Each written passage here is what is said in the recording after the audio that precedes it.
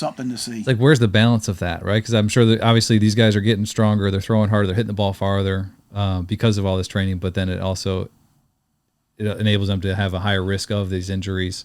It's like, kind of as a young player coming up, it's like you want to stand out, but also if you get hurt, it could affect, could derail your career, especially if you get hurt at a real young age. Yeah. It's like, with your son, did you allow him as he was growing up all the way through? Were you having him lift? Were you having him do all that?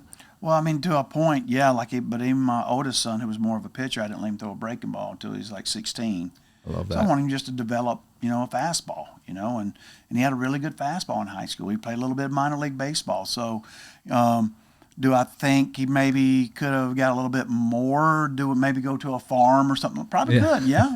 But would it blown him out earlier? Or I don't know. Yeah. But I think it's always when you're pushing your body to the limits like that, there's always the risk. Right. Sure. But there's a reward too. Right. Did your son ever push back on that? When because I'm assuming every pitcher wants to throw the curveball and strike kids out. Did he ever push back? Was he upset that you didn't? But it was almost like common, for him. I started at such a young age. Yeah.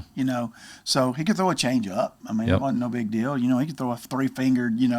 But as far as spin, I just waited until he was 16. Yeah. No, I didn't start throwing a curveball until I was 16 as well. My dad did the same thing with me, and it was because there was a scout with the Mets at the time that my dad had a great relationship with, and the way he explained it, again, I don't know.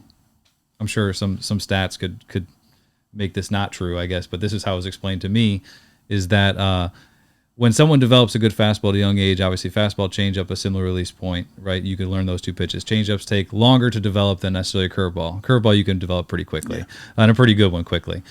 So what he would see over the years of his scouting, he'd been scouting for like 40 years. He said, I'd see a sophomore, fastball, 85, consistently good run, great breaking ball, decent changeup.